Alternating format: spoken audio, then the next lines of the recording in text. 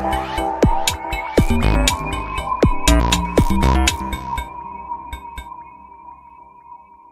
everyone, in this video, we are going to discuss about the academic psychology in India from 1970s up to this day.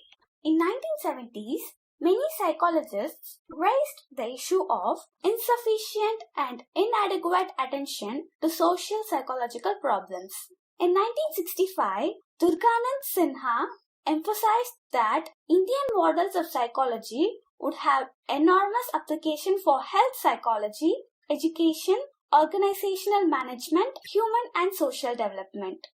Indigenous psychology is defined as the scientific study of human behavior or mind that is native, that is not transported from other regions, and that is designed for its own people. Till 1980s, psychology in India was what was imported from the West. Theories and perspectives of the West did not explain the reality of human psyche in the cultural context of Indian culture. This led to the need of indigenous psychology and also emergence of the International Association of Cross-Cultural Psychology. Early attempts for creating authentic Indian psychology are Jadunath Sinha's work on perception and emotion, Akhilanand's work on psychospiritual thought and mental health, Aurobindo's work on spirituality and nationalism, and Radhakrishnan's philosophical work on synthetic Indian mindset. Indigenization in psychology is done from Western perspective known as exogenous indigenization and from ancient Indian perspective known as endogenous indigenization. Exogenous indigenization is integration of modern psychology with Indian thought. Endogenous indigenization believes on knowing through practicing and explores human possibilities parallels in Western and Indian psychology. Some of the psychologists who examined Western concepts by Western methods are as follows. Janak Pandey in 1981 found unlike in West, ingratiation is rampant and risk-free in India because of hierarchical worldview and asymmetrical power distribution.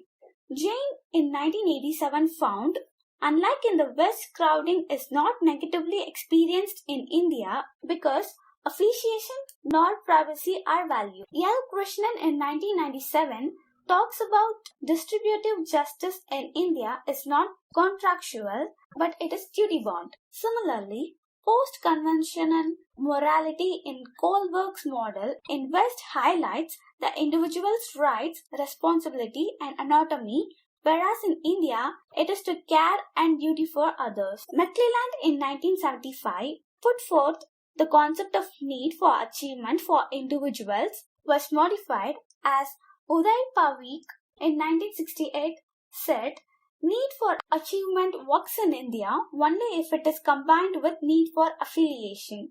Prayat Mehta in 1987 concluded that it's not need for achievement for individuals, but social need for achievement which is good for India.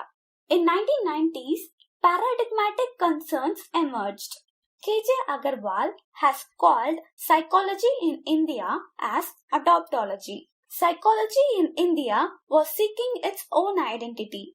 In 1973, Neki, for example, suggested a teacher-pupil model in counseling to break cultural and social barriers. In 1980, J.B.P. Sinha proposed a new leadership style, nurturant taskmaster, which is more likely to succeed in Indian work organizations. In 1982 and 1991, Kakar studied the role of traditional healers in maintaining mental health in Indian society.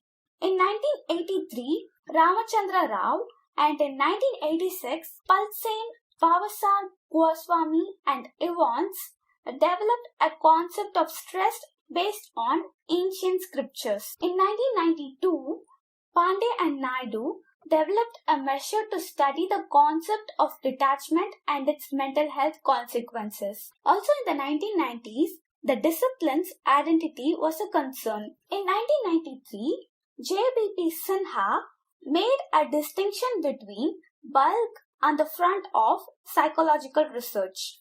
John Adair concluded on the basis of content analysis of over 300 journal articles that there was a progress in indigenization of psychology in India, but at a slow pace. In 1994, Durganand Sinha proposed a type of indigenization which is based on a systematic analysis of the culture-bound concept and categories and focuses on the contemporary relevance of cultural heritage and native theories is termed as Indian psychology. The monument work of Jadunath Sinha on Indian psychology can be considered as a landmark, informally establishing it as an independent discipline.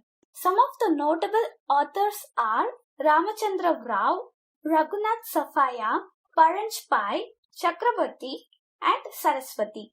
In the beginning of 2000s, the academics in India started to change rapidly. Mathijs Cornelissen has requested that psychological knowledge from ancient Indian spiritual tradition needs to be integrated in the teaching program. He advised that core of psychology curriculum could be Indian theories of self and consciousness. Several conferences have been conducted in this regard, which has given impetus to this movement of Indian psychology. Some of the resource material for teaching and research in this area are given by Joshi and Cornelissen's edited volume of Consciousness, Indian Psychology and Yoga, Rao and Marwaha's Towards a Spiritual Psychology, Rao, Baranjbi and Dalal's Handbook of Indian Psychology.